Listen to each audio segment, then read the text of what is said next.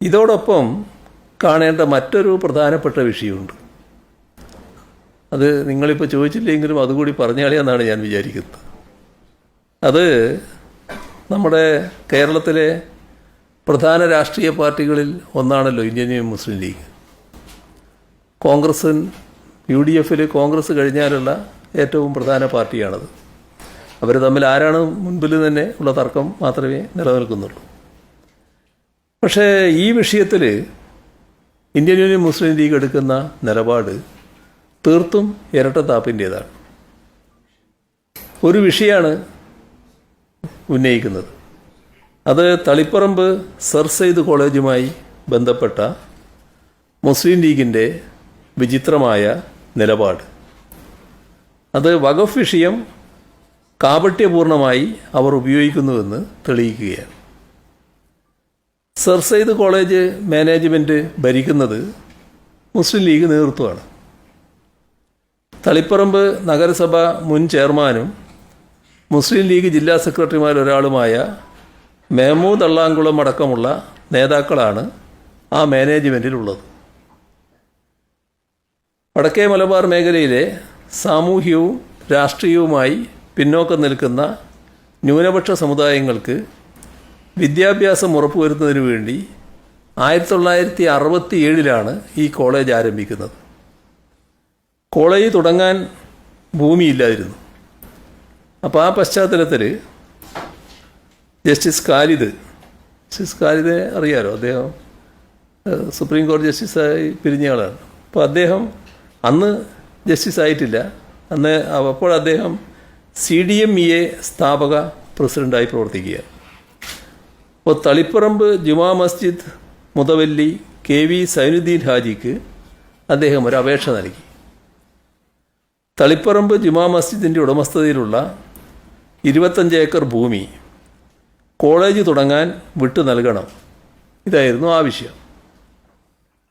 ഈ ആവശ്യം അംഗീകരിച്ച് തളിപ്പറമ്പ് ജുമാ മസ്ജിദ് മുതവല്ലി KV സൈനുദ്ദീൻ ഹാജി 23/7/1966 പ്രസ്തുത ഭൂമി ഈ CDMEA മാനേജ്മെൻറ്റിന് പാട്ടത്തിന് നൽകണം എന്ന് വഖഫ് ബോർഡിന് അപേക്ഷ സമർപ്പിച്ചു.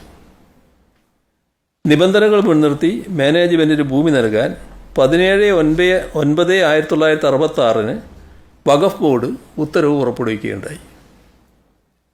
ഉത്തരവനുസരിച്ച് 204/1967 അങ്ങനെയുള്ള ഒരു നമ്പർ പ്രകാരം ജില്ലാ രജിസ്ട്രാർ P. രാധാകൃഷ്ണ മേനോൻ മുൻപാകെ 44.5 രൂപ ഫീസ് അടച്ച് തളിപ്പറമ്പ് ജുമാ മസ്ജിദ് മുതവല്ലി KV സൈനുദ്ദീൻ ഹാജി 1-ാം നമ്പറുകാരനും CDMEA സ്ഥാപക പ്രസിഡന്റ് അഡ്വക്കേറ്റ് V. ഖാലിദ് 2-ാം നമ്പറുകാരനുമായി എഴുതിയ ലീസാധാര പ്രകാരം സർ സെയ്ദ് കോളേജ് നിർമ്മിക്കുകയും 54 വർഷം വാടക നൽകുകയും ചെയ്തിരുന്നു.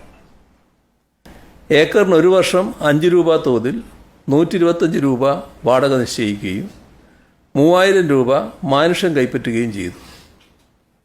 പിന്നീട് 18/1/2007 മുതൽ 3000 രൂപയും 31/10/2016 മുതൽ 3 ലക്ഷം രൂപയുമാക്കി വർദ്ധിപ്പിച്ചു. 2021 വരെ കൊടുക്കുകയും ചെയ്തിട്ടുണ്ട്. 1967 കാലത്ത് മലബാറിൽ ജീവിച്ച് പ്രഗത്ഭനായ നിയമവിദഗ്ധനായി സുപ്രീം കോടതിയിലടക്കം സേവനമനുഷ്ഠിച്ച് ജസ്റ്റിസ് V. ഖാലിദിനെ പോലുള്ള നിയമവിദഗ്ധരും CKP ചെറിയോമുക്കയി, പിലാക്കണ്ടി ഹുസൈൻ സാഹിബ് തുടങ്ങിയ സാമൂഹ്യ രാഷ്ട്രീയ വിദ്യാഭ്യാസ പ്രവർത്തകരും ചേർന്ന് നടത്തിയ ലീസ് ആധാരം നിലവിലെ ലീഗ് നേതാക്കൾ ആയ CDMEA ഇപ്പോഴത്തെ ഭാരവാഹികൾ തള്ളിപ്പറയുകയാണ്. ഇതാണ് പ്രശ്നം. ഹൈക്കോടതി നൽകിയ 12/095/2025 നമ്പർ റിട്ട് ഹർജിയിൽ ലീഗ് നേതൃത്വം നൽകിയിരിക്കുന്ന സത്യവാങ്മൂലം പ്രകാരം സർ സെയ്ദ് കോളേജ് സ്ഥിതി ചെയ്യുന്ന വസ്തു തളിപ്പറമ്പ് ജുമാ മസ്ജിദിൻ്റേതല്ലെന്നും അത് നരിക്കോട് ഈറ്റിശ്ശേരി ഇല്ലം വകയാണ് എന്നുമുള്ള വിചിത്രമായ കണ്ടെത്തലാണ് ഉന്നയിച്ചിരിക്കുന്നത്. പള്ളിയുടെ ഉടമസ്ഥതയിൽ വർഷങ്ങളായുള്ള ഭൂമി വഖഫ് പ്രോപ്പർട്ടി അല്ലെന്ന നിലപാടെടുക്കാൻ ലീഗ് നേതൃത്വത്തെ പ്രേരിപ്പിച്ച ചേതോവികാരം എന്താണ് എന്ന് അവർ തന്നെ വ്യക്തമാക്കേണ്ടതാണ്. വഖഫ് ഭൂമികൾ കൈവശപ്പെടുത്താൻ കേന്ദ്ര ഗവൺമെൻറ് പുതിയ നിയമം കൊണ്ടുവന്ന കാലത്ത് ലീഗിൻ്റെ നേതൃത്വമെടുത്ത ഈ തീരുമാനത്തിൽ അവിടെ വലിയ ജനവികാരം ഉയർന്നു വന്നിട്ടുണ്ട്. എന്തുകൊണ്ട് വഖഫ് ഭൂമിയുടെ ഉടമസ്ഥാവകാശത്തിൽ ലീഗിന് പരസ്പര വിരുദ്ധ നിലപാടുണ്ടാകുന്നു?